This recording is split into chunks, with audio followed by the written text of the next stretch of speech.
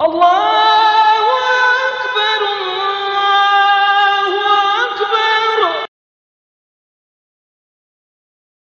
Pentingnya beramal. Dan beramal inilah antara satu sebab kunci syurga. Sebab nak masuk kunci syurga, masa memang lah di sunnah kata apa dia masuk syurga dengan rahmat Tuhan. Masuk syurga dengan rahmat Tuhan. Cuma amalan ni, sebab apa amalan tu betul? Sebab amalan ni lah menarik rahmat Tuhan, menarik kasih sayang Allah, menarik minat Allah untuk pilih kita sebagai ahli syurga. A'udzu billahi minasyaitonir rajim.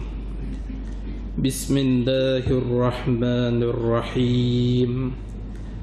Assalamualaikum warahmatullahi wabarakatuh. Alhamdulillah, nahmaduhu wa nasta'inuhu wa nastaghfiruh, wa na'udzu billahi min syururi anfusina wa min sayyiati a'malina. May yahdihillahu fala mudilla lahu wa may yudlil fala hadiyalah. Asyhadu an la ilaha illallah wahdahu la syarika lah, wa asyhadu anna sayyidina Muhammadan abduhu wa rasuluh. Rabbi shrah li sadri wa yassir li amri wahlul 'uqdatam min lisani yafqahu qawli. Subhanallah walhamdulillah wa la ilaha illallah wallahu akbar. ولا حول ولا قوة إلا بالله العلي العظيم العزيز العليم عدد كل حرف كتب ويكتب أبدا آبدين والدهر الداهدين. اللهم علمنا ما جهلت وذكرنا ما نسيت ففهمناها سليمان وكنا الحكم وعلما وشيخنا مع الهدى وسبحنا طيرا فائلين. Ya Hayyu Ya Qayyum Ya Rabbal Musa wa Harun wa Rabbal Ibrahim wa Rabbal Muhammadin sallallahu alaihi wasallam. Allahumma rzuqna fahma wal ilma wal hikmata wal aqla wal hifza bi rahmatika ya arhamar rahimin. Allahumma faqihna fid din wa'allimna ta'wil. Allahumma salli ala sayyidina Muhammad wa ala alihi wa sahbihi ajma'in. Amma ba'd. Alhamdulillah, bersyukur kita kepada Allah Subhanahu wa taala dengan mengucapkan alhamdulillahirabbil alamin. Salawat dan salam ke atas baginda ucapan Allahumma salli ala sayyidina Muhammad wa ala ali sayyidina Muhammad. Moga-moga kita semua pada malam ini semoga dimuliakan oleh Allah Subhanahu wa taala. Amin ya rabbal alamin. Pertama sekali yang dihormati kepada seluruh saf kepimpinan masjid, dan tidak lupa juga kepada seluruh kaum muslimi dan muslimat yang mana sudi hadir ke rumah Allah pada malam ini dan sudi sama-sama kita menunggu sementara nak solat isyak berjemaah. Maka marilah sama-sama kita mendengar sedikit kuliah maghrib pada malam ni yang akan saya sampaikan. Jadi sebelum tu saya akan ucapkan terima kasih banyak-banyak kepada pihak masjid kerana sudi memberi ruang dan jemputan untuk saya hadir pada malam ni. Dan ni mungkin juga kali pertama saya hadir ke sini. Saya sebenarnya saya duduk Selangor. Saya balik cuti di Bali kejap. Jadi sahabat minta supaya isikan kuliah pada malam ni. InsyaAllah saya rasa bolehlah. Lagipun saya pun dah lama tak berkuliah di Kelantan ni. Sejak daripada 2018. 2018 kita dah tak kuliah di Kelantan ni, baru nak mula balik. Ni tempat kedua. Semalam dekat mana ni semalam? Kita tak ingat dah mana. Jadi malam ni kali kedua lah. Jadi setelah berapa lama kita tak kuliah di Kelantan. Biasanya balik kampung tu balik rumah mak rehat-rehat lah. Orang minta kita tak terima lah pasal nak balik rehat. Nah, malam ni alhamdulillah sebagai pertama kali kita bersua muka pada malam ni, insya-Allah. Terima kasih banyak-banyak pihak masjid kerana sudi jemput. Nama saya ialah Muhammad Arif bin Sudin dan saya bertugas di JAIS, Jabatan Islam Selangor, Gombak. Penempatannya di penjara Sungai Buloh. Nah, nak tahu kis-kis macam-macam boleh ha. Nah, insya-Allah. Jadi itu sebab sikit lah. Jadi alhamdulillah itu sebab sikit. Jadi alhamdulillah tanpa membuang masa, cuma nak tanya, biasa masuk isyak berhenti terus ke bagaimana? Berhenti terus. Biasa kuliah saja saja. Paling minimal saja. Takut panas punggung tak boleh kan, kata ustaz nak berhenti terus isyak, kita berhenti. Nah, kita ikut tempat mana biasa kita buat gitu. Tapi insya-Allah pada malam ni tajuk yang dipilih ialah perkara-perkara yang menyelamatkan dunia dan di akhirat. Muslimin dan muslimat dirahmati Allah Subhanahu wa taala. Tajuk ni biasanya kita selalu impikan tajuk ni kerana kita mahu semua selamat dunia dan akhirat. Seperti mana selalu kita baca dalam penutup doa, Allahumma rabbana atina fid dunya hasanah wa fil akhirati hasanah wa qina adzabannar. Kita minta apa? Kita minta dunia dan akhirat selamat. Tu. Jadi sebenarnya doa ni komplit dah. Tak say doa lain pun tak apa. Doa ni dah komplit kata ulama. Kita malah nak doa lain. Doa selamat malah, doa apa-apa malah lah. Nak doa tu saja. Rabbana atina fid dunya hasanah wa fil akhirati hasanah wa qina adzabannar. Cukup. Sebab merangkumi segala-galanya. Dunia dapat, akhirat pun dapat dalam doa ni. Sebab itulah paling kurang baca doa ni. Malas ataupun kita ni lorak setara mana pun, nak cepat lagu mana pun, baca doa ni. Saya lorak ni. Nah, saya nak cepat. Kalau boleh lepas beri salam tu jangan terus bakit pergi gitu ya. Ambil peluang ruang kita berdoa kan. Insya-Allah doa tu mana tahu time-time kita berdoa tu mustajab, time tu kita tak tahu. Maka doa tadi seperti mana doa yang kita baca dapat keselamatan dunia dan akhirat. Baik. Sama juga seperti doa tahlil. Biasa kita pergi tahlil kan, orang mati, orang jepuk doa selamat ke buat tahlil nah. Biasanya tasbih duk terbang. Siapa nak bawa tahlil? Ramai orang tak saya bawa tahlil pasal doa tahlil tu panjang. Biasa tok imam kita bawa ni hebat-hebat. Baca doa panjang nah, 15 minit 10 minit. Tahlil paling berat sekali orang kampung nak bawa. Dah. Jadi hari ni kalau boleh bila tasbih tu terbang depan mata igaklah pok. Kawin bawa tahlil malam ni. Pasal kawin ingat doa tahlil. Pergi bawa tasbih tu nah. Ni dok main lepas dok main mumu, siapa nak bawa ni? Hari tu tak imam sakit perut. Nah. Sakit perut tak boleh nak hadis. Pasal majlis kahwin kenduri di Pawali ni banyak sangat. Tak boleh nak hadis. Jemputan banyak sangat. Jadi siapa nak bawa? Nasi daging ada dah. Nasi belau ada dah. Siapa nak bawa? Tasbih duk terbang ni. Duk hayung-hayung, siapa nak pergi tasbih? Ingat. Biasanya orang tak boleh bawa pasal dia tak ingat doa tahlil ko Arab tu. Lepas ni baca hak tu pun padan. Pegang tasbih ila hadratin Nabi Mustafa lalu. Afdalu zikri la ilaha illallah. Agama lalu. Zikir. Habis zikir, tak ada tanya ramai-ramai. Rabbana atina fid dunya hasanah wa fil akhirati hasanah wa qina azabannar. Nasi lemak bawa tu. Cukup nak gapo lagi? Dua-dua dapat, dunia dapat, akhirat dapat betul. Nah. Ni duk nilai orang. Dah baca doa tu ya. Aku boleh. Dah. Tasbih apa tak ingat. Tu tanda dia. Faham lepas ni pergi tasbih tu. Baik. Jadi perkara-perkara yang menyelamatkan dunia akhirat telah disebut oleh ulama. Benda ni ulama dah terangkan macam mana kita nak selamat dunia akhirat. Walhasilnya kita kena bita'allum, kita kena belajar. Kalau tak belajar kita tak tahu cara macam nak beki mutu budak-budak lah ni minat wai suku beki butu wai suku mutu-mutu ni cara nak beki lagu mana kena belajar lah. Lepas belajar insya-Allah dapatlah apa yang kita nak. Begitu juga kita nak selamat dunia akhirat. Seperti mana Al-Imam Ghazali rahimahullahu ta'ala, dia dah sebut dalam kitab dia, nama kitabnya Ayyuhawala. Dia cerita dalam kitab tu mengenai perkara yang boleh menyelamatkan kita dunia akhirat.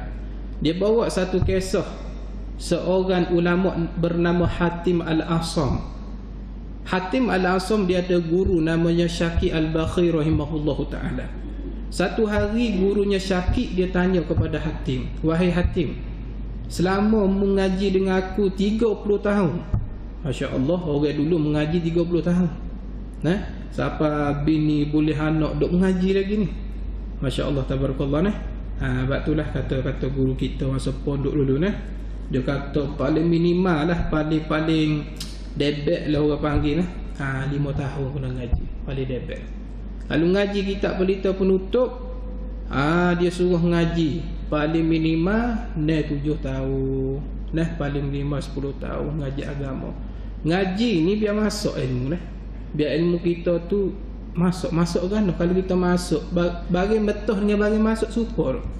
Saya pernah pergi singgah satu kedai nasi belauk pagi lah. Dia beri nasi metah. Nak telai tak boleh tu kan. Minta air tak jalan kok ni.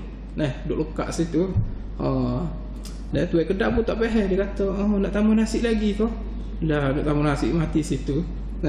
Jadi nasi metah ni dia tak jadi gapo. Metah serupa juga buah putih. Buah tak masuk buah masuk lain sedap, dia ada manis. Dia cukup sifat lah. Dia benda tak masuk ke, kita makan bergetah lagi, makan pahit, masak pasal tak masuk. Sebab itulah bila mengaji ni biar masuk, biar faham. Masuk tu masuk faham betul lah jalan ilmu tu. Bukan hanya setakat ngaji dengar tu tak faham. Biasanya dengar tak faham ni dia hanya setakat dengar je lah. Dengar tapi dia tak tanya gapo, dia tak mengkaji apa yang dia nak faham tu. Begitu juga Hatim Al-Asam belajar 30 tahun. 30 tahun dia kalau jenis orang mengaji istiqamah dah. Orang mengaji istiqamah 5 tahun pun cukup dah. Kalau istiqamah hari-hari ni. Tapi hok jenis ceriluk 5 tahun tak ada. Jadi 30 tahun kalau kita istiqamah mengaji, macam-macam ilmu kita boleh dapat. Ilmu gapo, ilmu nahwu, soroh, fiqh, tasawuf, manik bayan, isti'arah gapo, makulat, nak gapo lagi. Tapi kena rajin lah. Jadi 30 tahun dia belajar. Jadi tok guru tanya anak murid. Tok guru tanya, "Hei Hatim, 30 tahun mu belajar dengan aku ni, apa faedah manfaat yang kamu perolehi?" Jawab Hatim Al-Asam, dia kata, "Tuan guru, selama 30 tahun saya belajar dengan tuan guru, saya dapati ada 8 perkara penting daripada kesimpulan keseluruhan 30 tahun saya belajar." Dia buat kesimpulan 30 tahun ilmu dia belajar, ada 8 perkara penting yang kita kena buat. 8 perkara ni kalau kita buat sungguh, kita elok, insya-Allah kita selamat dunia akhirat. Maka tok guru dia tanya, "Apa dia 8 perkara tu Hatim?" Yang pertama kata Hatim Al-Asam, "Aku memerhatikan setiap manusia ini pasti dan mesti ada benda hak dia sayang. Dan benda dia sayang ni ada 3 jenis. Yang pertama, dia sayang sangat satu benda ni, tetapi kekasih dia sayang tu hanya dapat temui dia daripada sehat sampai sakit je. Yang kedua, manusia sayang sangat satu benda ni, tapi benda hak dia sayang tu hanya dapat temui sampai ke dia lahat saja. Lepas tu tinggal dia sorang. Yang ketiga, dia sayang sangat satu benda ni, tetapi kekasih hak dia sayang tu, dia ni lah dipanggil kekasih sejati, sanggup tembeh sampai dia lahat." Okey, apa benda 3 perkara tu Hatim kata? Yang pertama, benda kita sayang hanya dapat temui daripada sehat sampai sakit ke apa ni? Iaitu pangkat, harta, darjat, kemuliaan, famous. Dia setakat sampai sakit je. Pakat masa sehat je boleh pakat. Sakit terletak hospital 3-4 paku jusa A jusa B kan. Ada baju kita tu dah sakit terletak hospital masuk ICU, gantung dalam mari je. Tak boleh nak pakai apa dah. Duit harta banyak-banyak, bila sakit tak boleh nak buat apa. Bayar operation tu operation ni tak jadi gawa juga. Maka tak boleh nak buat apa. Itulah kekasih awak benda kita saya. Harta pangkat derajat hanya setakat siapa sakit je lah. Dan perkara kedua kata hati, benda ni manusia saya sangat, tapi benda dia saya tu hanya dapat tembak siapa dia, ditanam dia lahat saja. Lepas tu tinggal dia seorang, benda dia saya tu pulang. Apa benda ni? Iaitu anak-anak, isteri, sain-sain, sahabat handal, rakan sepejabat. Jadi semua ni akan tinggal kita selepas kita tanam di dalam dia lahat. Tapi kata hati, yang ketiga ni lah kekasihan sejati. Ketiga ni, iaitu apa dia? Yang sanggup teman sampai ke dia lahat, iaitu kata Nabi, wa yabqa wahid, satu je yang boleh teman kita dia lahat.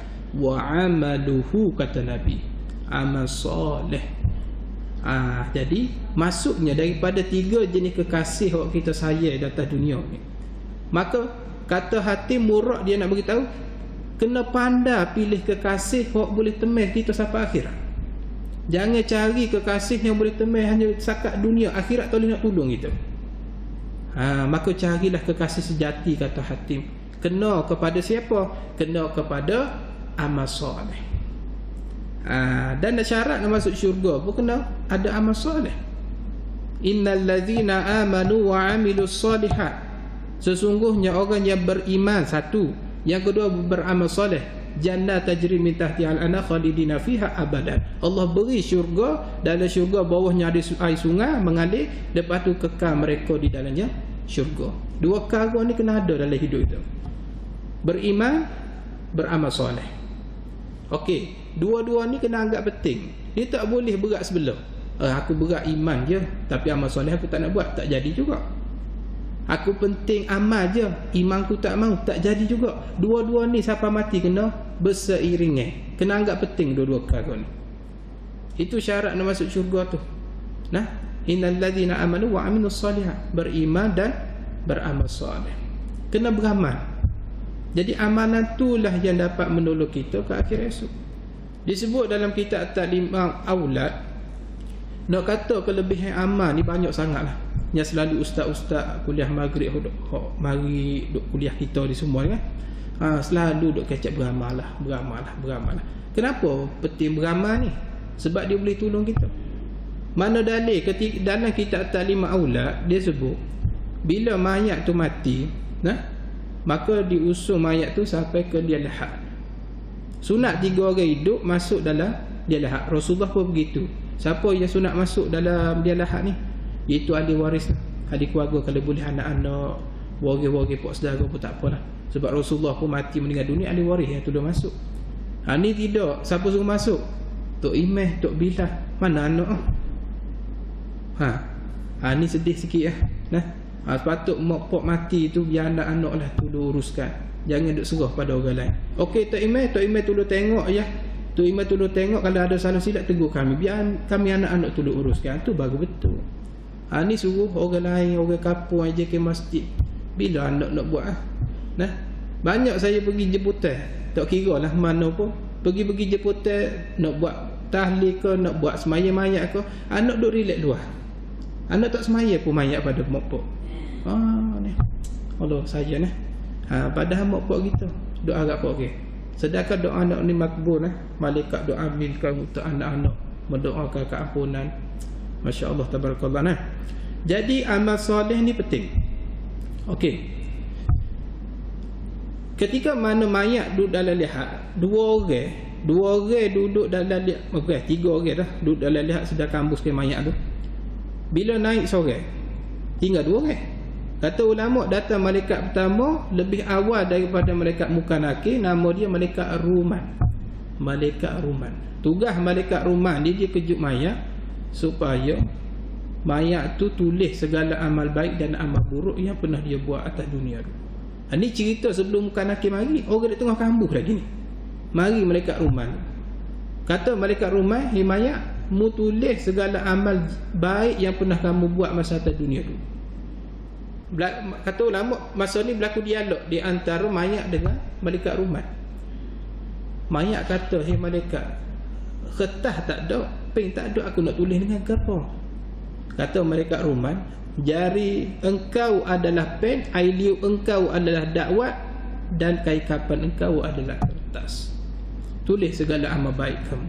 Maka tulislah dalam keadaan seronok. Oh, seronok cerita baik ni tuan-tuan. Nah.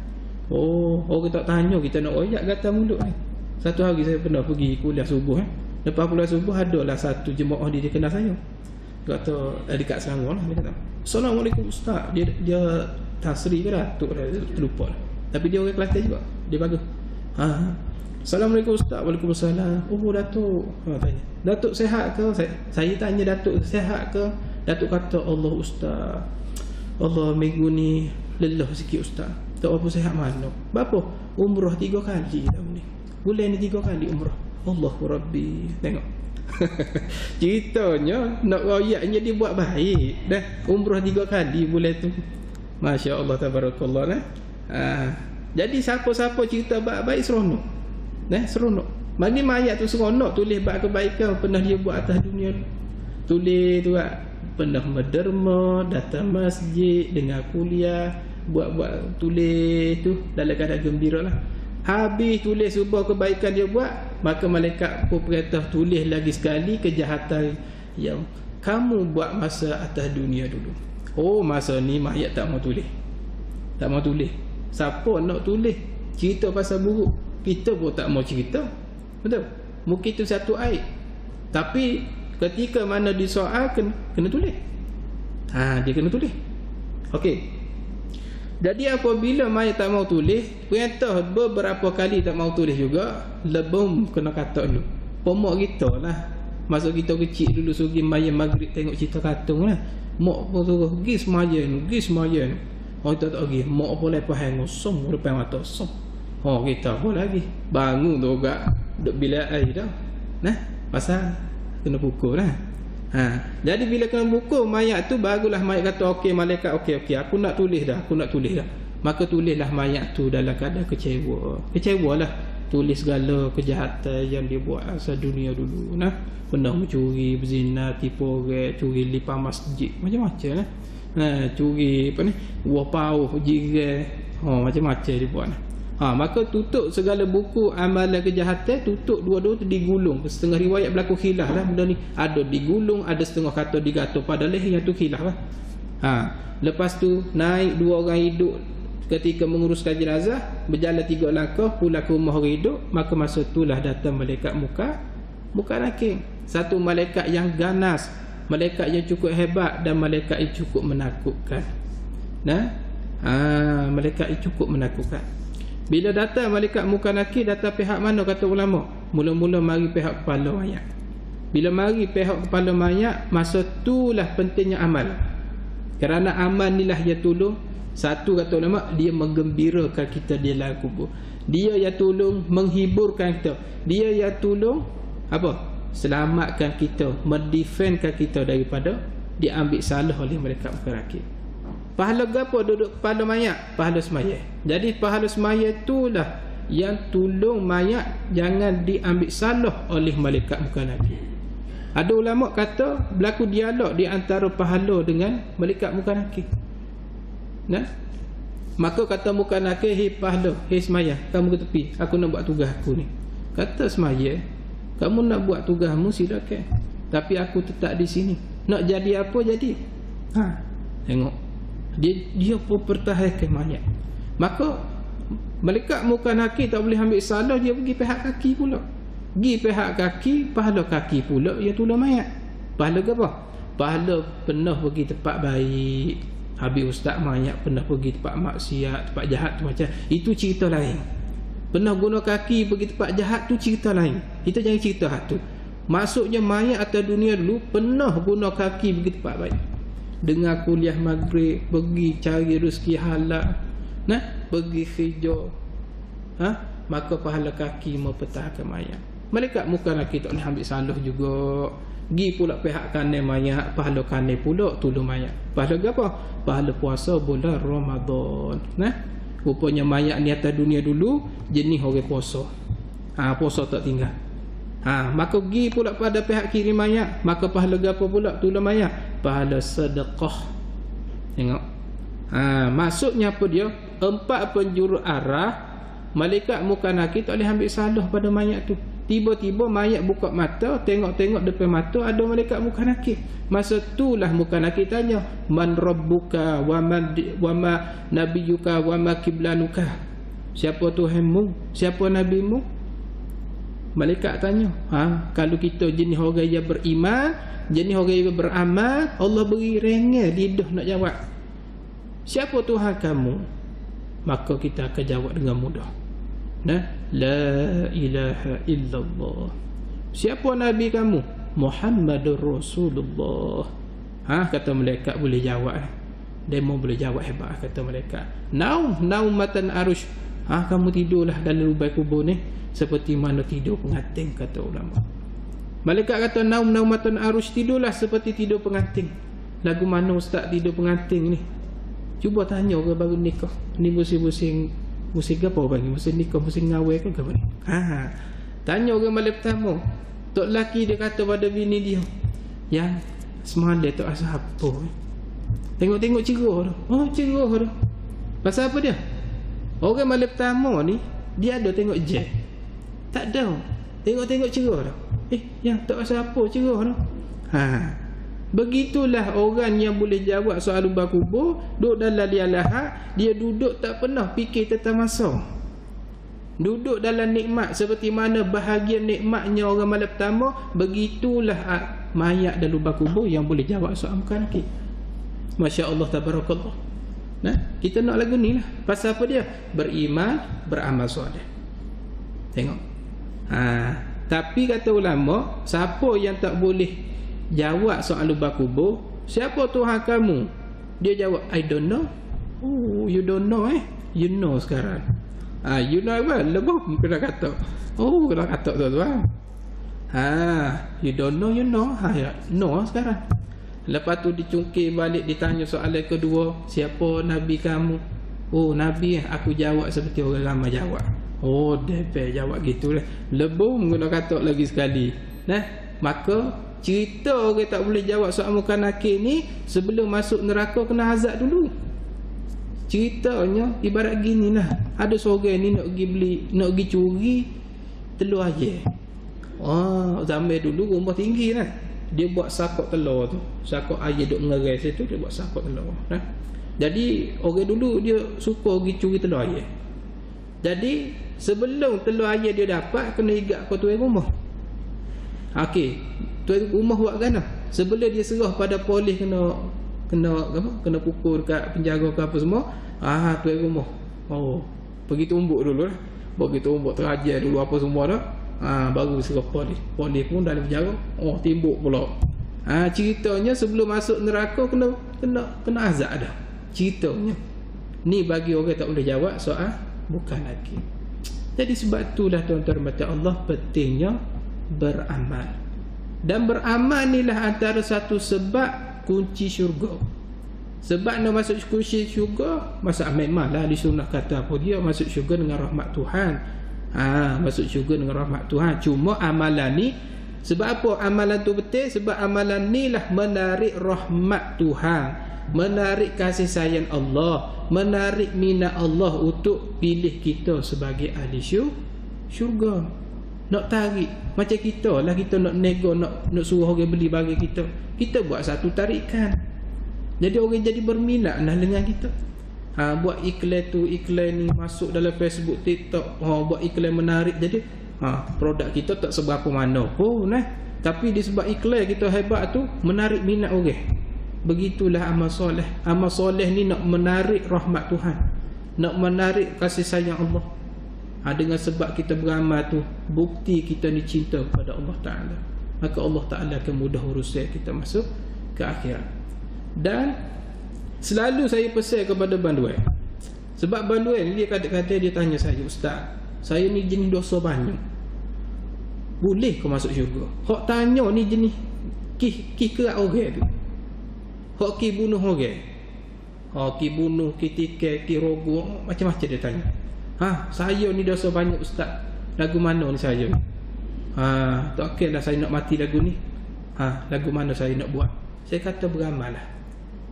Saya ingat dari satu hadis Nabi kata apa dia, cara kita nak hapus dosa ni, minta maaf lah kalau ada salah silap, minta tuan-tuan betul. Wa abi sayatan tamuha. Tak ingat. Lebih kurang gitulah. Nabi kata lakukanlah kebaikan nescaya kebaikan itu menghapuskan kesalahanmu, kata Nabi. Kalau kita jenis banyak dosa, banyak buat baik. Kena banyak buat baik. InsyaAllah dengan kebaikan tu dosa kita akan dihapuskan oleh Allah Subhanahu wa ta'ala. Dan pastikan ada juga kebaikan walaupun sedikit kita buat akhirat esok. Sebab mana tahu dengan sebab kebaikan ni lah Allah Ta'ala mudahkan kita masuk syurga. Kan kita pernah dengar dalam satu hadis Imam Bukhari dan Imam Muslim, ada seorang perempuan yang menjual maruah diri yang pernah beri minum kepada seekor anjing, yang sedang dahaga di tengah pada pasir tu kan. Kita pernah dengar kan hadis ni. Perempuan yang tak elok lah, perempuan yang apa itulah nah. Jadi bila dia beri air pada anjing tu, akhirnya dia mati, Allah masuk syurga. Tapi hadis ni kena faham molek, jangan faham secara zahir gitu je. Pasal ada setengah orang faham gitu. Kalau gitu aku baru lepas zina, aku nak pergi cari kambing, kucing, beli dah 3 dini asal ni. Wilah pergi kambing, kucing, lepas ni masuk syurga lah aku seperti hadis tu. Bukan gitu nah. Maksudnya gini, hadis ni masa orang tino tu dia nak beri air kepada anjing tu, tiba-tiba datang sifat insaf dalam diri dia. Dia kata, wahai anjing, aku dicipta lebih mulia daripada kamu, tapi kamu tak buat perkara hina seperti aku buat sekarang ni. Tiba-tiba datang sifat taubat. Dia taubat nasuha, taubat sebenar-benar taubat. Dia insaf. Akhirnya dia meninggal, taubatnya diterima, Allah masuk dia dalam syurga. Disebabkan kebaikan. Isyak dah. Kena nak azan dulu kau kena. Terus ke? Tu tak padas sengaja. Betul. Bagus tuan-tuan boleh tunggu. InsyaAllah kita ambil masa sikit. Hadis yang kedua dalam riwayat Muslim. Satu hari pernah Rasulullah tengok ada seorang ni dia sedang bermain di taman syurga. Rasulullah tanya, apa amalan orang ni sehingga boleh masuk syurga? Kata malaikat, orang ni tak buat amalan gapo pun. Masa atas dunia dulu, dia pernah tebal sepohon kayu di tengah jalan supaya orang lain mudah lalu. Lagi-lagi tu musim hujan ni. Tengok kawasan taman kapur kita ada satu pokok terbalik. Pokok balik tengah jalan, duduk tengah letak. Kita tu dah alih. Sesuai dengan hadis tu, Allah balas dengan syurga. Nabi tengok orang tu duduk tengah main dalam syurga. Masya Allah. Sebab tebal pokok kayu, tolok alih rati-rati kayu, pokok-pokok tengah jalan. Lepas tu jangan pandang remeh, tetap pahala. Dan Nabi sebut, siapa yang derma sebelah buah kurma, ambil sebiji buah kurma, kita potong 2, kita makan sebelah, bagi saing kita sedekah makan sebelah. Nabi kata itu dapat menyekat daripada api neraka. Tengok ni kelebihan belanja orang. Lepas ni jangan duk rasa aku je duk belanja orang ni. Lepas dengar hadis ni, suka-sukalah belanja orang. Belanja orang. Kalau sebelah buah kurma pun dapat menyekat api neraka, ni apa tak lagi belanja ke siakap 3 rasa, telur dadar lah, kain ikan masing lah, ajo family makan, belanja niat kerana Allah Ta'ala. Kalau boleh gaji kita dapat tu sebulan tu teman-teman, niat sedekah, pergi kedai makan, kedai-kedai kecil lah, kedai kopi, roti canai kosong, so dah ada 2-3 meja tu, kita belanja bulan tu, niat sedekah, belanja makan, kita nak amal dengan hadis tadi. Tapi belanja restoran mahal-mahal tak pada yang kita. Tu. Okey, sebab apa pertanyaan amat? Imam Ghazali pernah sebut dalam kitab dia. Ada satu cerita Imam Ghazali kata, ada satu orang ni di akhirat, dia perlu so lagi pahala nak masuk syurga. Tak cukup so lagi. Ceritanya tak cukup so lagi pahala. Maka Allah Ta'ala izin dia berjalan akhirat, pergilah cari mana-mana orang dia sudi beri pahala dia. Maka dia pun pergi ke akhirat. Sebab akhirat ni orang ramai, dia berjalan di antara celah-celah manusia. Dia tanya Orang tu dia kata, boleh aku so pahala, aku nak masuk syurga, nak so pahala lagi. Orang ni kata, aku mati ni pun bawa pahala sikit ya. Aku lah kubih kamu, tak ada lah pahala aku, masuk neraka lah ke depan ni. Tak boleh. Jumpa orang tu tak boleh, jumpa orang ni tak boleh. Akhirnya siapa dia jumpa, banyak orang semua tak mau bagi pahala kat dia. Di takdir ada Allah, dia jumpa satu orang di akhirat ni. Siapa orang yang jenis baik hati, cumanya dia mati bawa so pahala je. Teruk sangat mati bawa so pahala. Tuan-tuan, insya-Allah tuan-tuan banyak pahala.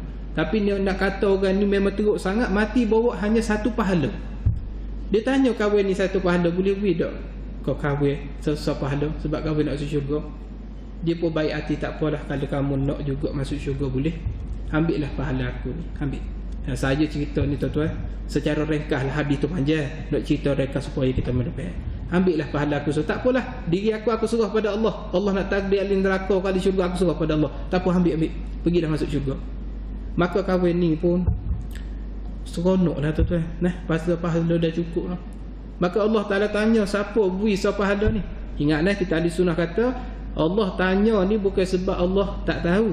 Allah al-ilmu, ngaji tahu belakang kan. Al-ilmu, Allah mengetahui segalanya pada azali lagi. Jadi Allah tanya sebab Allah nak beritahu pada kita. Banyak dalam tafsir Quran, kalau kita mengaji tafsir Quran kan, Allah tanya Nabi Muhammad, Muhammad, kamu tak tahukah? Tengok berapa banyak ayat tentang Muhammad, kamu tak tahukah tentang apa itu tasnim? Air tasnim, air telaga, air mata air yang diberi minum oleh al-abrar. Al-abrar golongan-golongan. Betul, sebab ada dua golongan kan, al-abrar dengan sijing, ahli nama yang dicatat ahli syurga, dengan golongan ahli neraka. Al-abrar, maka golongan ni akan dapat beri minum apa? Air arak. Air arak rohid, iaitu kemudian tasnim. Tasnim air telaga daripada syurga. Jadi ayat tu Allah Ta'ala tanya Nabi, kamu tahu tak apa itu tasnim? Tengok, Allah tanya bukan sebab Allah suruh kita jawab. Allah sendiri akan jawab, cuma nak tarik maklum, nak tarik perhatian orang sebagai audio mendengar. Jadi Allah tanya, siapa yang beri satu pahala? Si fulan ni yang Allah beri satu pahala. Panggil dia. Maka orang ni dipanggil oleh Allah, kamukah yang beri pahala kepada si fulan sekian-sekian ni? Ya, saya lah ya Allah. Allah kata, kamu ingat kamu ni pun murah, sebenarnya aku lebih murah daripada kamu. Hari ni aku tunjuk bukti aku lebih murah daripada kamu. Orang cukup pahala masuk syurga. Tapi nanti dulu, kamu heret sekali orang yang beri pahala satu ni masuk juga dalam syurga, kerana aku nak bukti aku lebih murah daripada kamu hari ni. Masuk dari syurga kawan itu. Imam Ghazali sebut dalam kitab dia. Subhanallah. Tengok, jahat mana pun kita ingat tuan-tuan, pastikan adalah pahala walaupun besar kita bawa ke akhirat.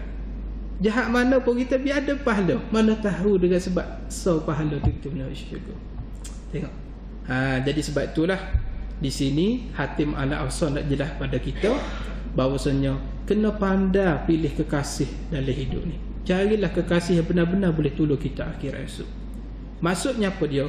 Dalam hidup ni kita kena bijak, kena jadi orang yang bijak. Sebab Nabi kata dalam dunia ni ada dua golongan, orang yang bijak dengan orang yang tidak bijak.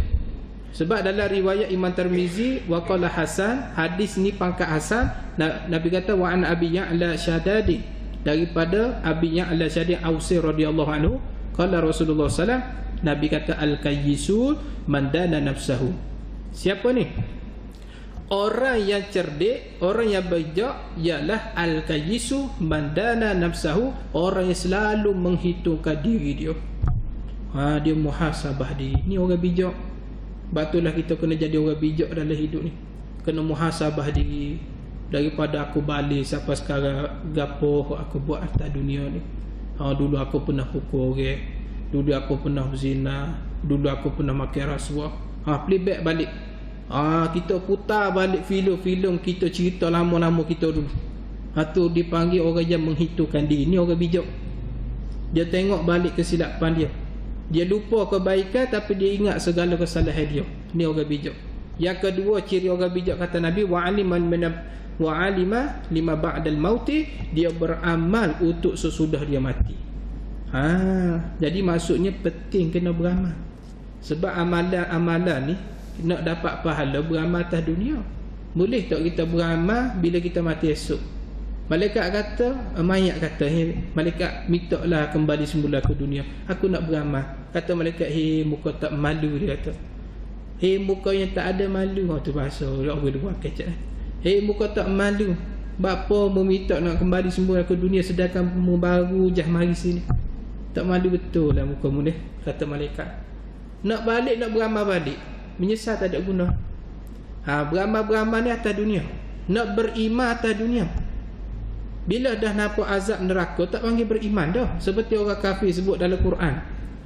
Bila nampak azab depan mata, nampak je, nak beriman, baru nak percaya Quran, baru nak percaya Nabi, baru nak percaya pada Rasul, pada kitab-kitab.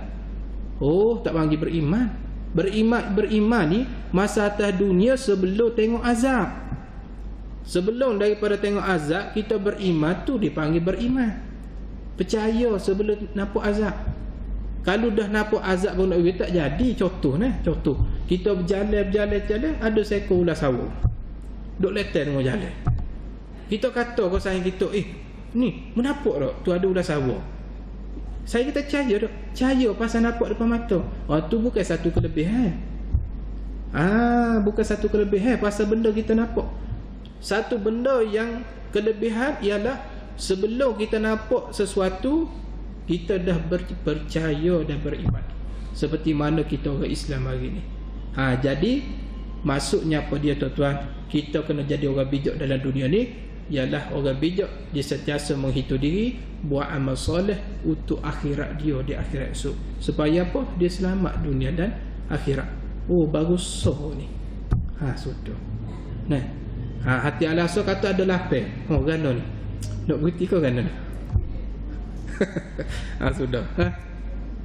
Lengah dah. Kita kena tanya dulu sebab kita kuliah sana, kita 2 je kita ngomong. Tapi kalau majlis jemput teh khas lah. Gana. Terus ke? Berhenti. Kita ikut tuan-tuan. Kita ambil soal lagi dah. Kita ambil soal lagi. Okey, tak apalah lain kali. Daripada lapar tu yang kedua kata hati, perkara yang menyelamatkan kita di dunia akhirat apa dia? Iaitu kata Hatim, aku dok perhati banyak manusia mengikut kehendak hawa nafsu dan segera menunaikan apa hawa nafsu nak. Inilah punca kegagalan kita dunia akhirat. Kita kena tahu juga apa punca aku gagal dunia, gagal akhirat. Ialah kerana ikut sangat kehendak hawa nafsu. Di antara godaan yang paling berat manusia hadapi, di antara iblis, syaitan dan nafsu lagi berat. Sebab apa? Syaitan kata ulama, bila kita baca ta'awuz, a'udzubillahi minasyaitonir rajim, dia lari. Kalau kita azan Allahu Akbar, dia lari. Setengah riwayat kata sampai terketuk-ketuk dia lari. Tapi kalau nafsu, bacalah 30 juzuk pun, lari tak? Tak lari pasal diri kita tu nafsu. Sehingga Allah janji dalam Quran, Allah Ta'ala kata bahawasanya, wa amma man khafa maqama rabbih wa nahan nafsa 'anil hawa fa inna jannata hiya ma'wa. Siapa yang takut berdiri di hadapan Tuhannya, dia menahan nafsu daripada kehendaknya, maka orang itu Allah jadikan tempatnya syurga ma'wah. Tengok, bukan mudah nak lawan nafsu ni tuan-tuan. Bukan mudah. Dia kena banyak mujahadah, dia kena sentiasa berusaha lawan nafsu ni. Dia gini, nafsu ni dia keinginan. Nafsu ada 2, nafsu baik dengan nafsu jahat. Nafsu baik, contoh kita balik kerja tadi, kita mandi-mandi, kita niat dalam hati aku nak pergi masjid, nak dengar kuliah malam ni. Kita pun datang, tu nafsu baik. Tu tak apa, ikutlah. Tapi yang tak boleh ikut nafsu ni, nafsu orang panggil apa? Nafsu ammarah, nafsu yang suka heret kita buat benda jahat. Nafsu ni lah yang kita kena halang. Macam mana nak mengelak daripada tidak mengikuti hawa nafsu? Ada beberapa cara ulama kata. Antaranya sentiasa kena banyakkan berlapar. Jangan makan terlalu kenyang sangat. Sebab nafsu kalah dengan perut lapar. Bila nafsu perut kita kenyang, nafsu jadi lapar nak buat maksiat. Bila perut kita lapar, nafsu jadi kenyang nak buat maksiat. Maksud tak mau buat maksiat. Dalilnya bulan Ramadan. Tengok bulan Ramadan. Biasanya isap okok ni kalau bukan bulan Ramadan, dia dah tinggal. Bila masuk bulan Ramadan dia boleh tinggal gitu ya. Itu dalil kata boleh tahan nafsu bila perut lapar. Yang kedua Nabi kata manhima wa alaihima ayu'afih, jangan kamu bermain di tepi cerun dikhawatiri kamu terjatuh di dalam cerun. Kita tahu dah tempat ni maksiat, pergi buat apa? Jangan duk pergi ya. Kalau kamu tahu tu cerun, duk main juga, duk kele-kele duk tepi. Lebum jatuh golek. Siapa salah? Kita salah. Pasal kita tahu dah tu tempat bahaya, pergi juga. Maka tak boleh tak boleh. Yang ketiga cara nak lawan nafsu dah, kita kena banyak zikir. Banyak zikir. Kena kuatkan diri kita rohani dengan banyakkan zikir. Insya-Allah. Itu antara beberapa cara. Yang terakhir, cara kita nak jaga nafsu lagu mana tuan-tuan? Kita kena banyak berdoa kepada Allah Taala. Sebab nafsu ni memang dahsyat dia punya godaan tuan-tuan. Sebenarnya nafsu ni ulama kata dia curang dengan kita lama dah. Ulama kata nafsu ibarat seperti bini yang curang. Kita pergi kerja balik tengok bini tu bawa jatuh lain. Curang.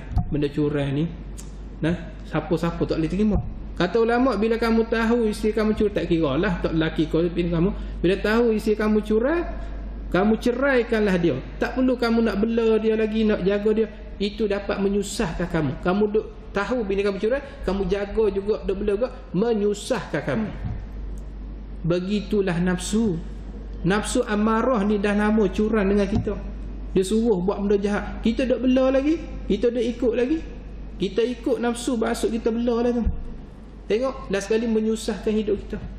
Maka cara kita nak mengelak nafsu seperti saya sebut lagi, dari terakhir kena usaha cara nak mengelak nafsu yang amarah ni, banyakkan berdoa minta tolong dengan Tuhan. Sebab hanya Allah sebagai tuan kepada nafsu. Kita tak ada kuasa, kita lemah. Dengan bantuan Tuhan saja yang boleh bantu jaga nafsu kita. Okey, sebagai contoh, ada habis postman ni, dia pergi atas surat satu rumah orang bukan Islam. Rumah tu ada anjing. Bila habis postman nak letak surat, anjing tu menyalak. Menyalak. Tak berhenti menyalak. Habis postman, aku lesing kan. Tak berhenti juga menyalak. Walaupun kena marah ke habis postman. Last sekali dia berhenti menyalak bila tuan rumah dia mari.